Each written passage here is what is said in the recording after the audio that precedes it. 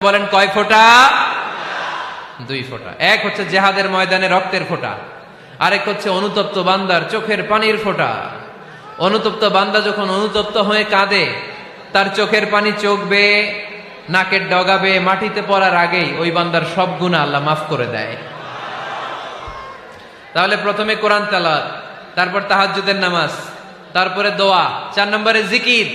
জিকির নফল ইবাদত, ঠিক কিনা? জিকির করতে করতে এই স্টেজের উপরে উঠে যাবেন আপনারা সবাই। ফাযকুরুল্লাহ কামা আল্লামাকুম, জিকির ওইভাবে করো যেভাবে আল্লাহ শিখিয়েছেন। আল্লাহ কিভাবে শিখিয়েছেন? ওয়াযকুরু রাব্বাকুম ফি নাফসিক।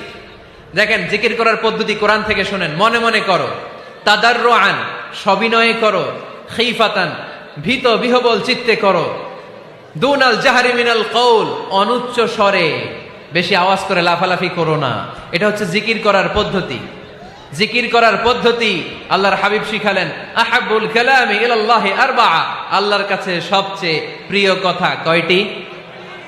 1 নাম্বার সুবহানাল্লাহ, 2 নাম্বার আলহামদুলিল্লাহ, 3 নাম্বার লা ইলাহা ইল্লাল্লাহ, 4 নাম্বার আল্লাহু আকবার। এর চেয়ে শ্রেষ্ঠ জিকির আর হতে পারে? আবার আল্লাহর হাবিব সাল্লাল্লাহু আলাইহি ওয়াসাল্লাম বললেন, মান ক্বালা লা ইলাহা ইল্লাল্লাহ দাখালাল জান্নাহ, একবার লা ইলাহা বলে যে মরতে পারবে তার জন্য জান্নাত ওয়াজিব করে দিবে কে?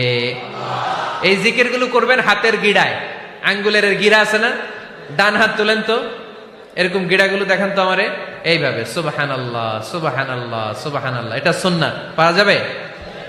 আব্দুল্লাহ ইবনে আমর ইবনে আল-আস বলেন, রাআইতু রাসূলুল্লাহি সাল্লাল্লাহু আলাইহি ওয়াসাল্লাম ইয়াকিদু তাসবিহা বিয়ামিনি, আমি নিজ চোখে আল্লাহ রাসূল সাল্লাল্লাহু আলাইহি ওয়াসাল্লামকে ডান হাতের গিড়াতে এরকম তাসবিহ পড়তে দেখেছি।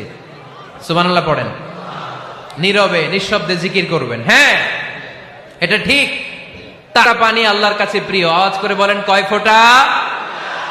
2 ফোঁটা। এক হচ্ছে জিহাদের ময়দানে রক্তের ফোঁটা, আরেক হচ্ছে অনুতপ্ত বান্দার চোখের পানির ফোঁটা। অনুতপ্ত বান্দা যখন অনুতপ্ত হয়ে কাঁদে, তার চোখের পানি চোখ বেয়ে নাকের ডগা বেয়ে মাটিতে পড়ার আগেই ওই বান্দার সব গুনাহ আল্লাহ মাফ করে দেয়। তাহলে প্রথমে কোরআন তেলাওয়াত, তারপর তাহাজ্জুদের নামাজ, তারপরে দোয়া, 4 নম্বরে জিকির। জিকির নফল ইবাদত, ঠিক কিনা? জিকির করতে করতে এই স্টেজের উপরে উঠে যাবেন আপনারা সবাই। ফাযকুরুল্লাহ কামা আল্লামাকুম, জিকির ওইভাবে করো যেভাবে আল্লাহ শিখিয়েছেন। আল্লাহ কিভাবে শিখিয়েছেন? ওয়াযকুরু রাব্বাকুম ফি নাফসিক। দেখেন জিকির করার পদ্ধতি কোরআন থেকে শুনেন, মনে মনে করো, তাদাররুআন সবিনয়ে করো, খিফাতান ভীত বিহবল চিত্তে করো, দুনাল জাহরি মিনাল কওল অনুচ্চ স্বরে, বেশি আওয়াজ করে লাফালাফি করো না। এটা হচ্ছে জিকির করার পদ্ধতি।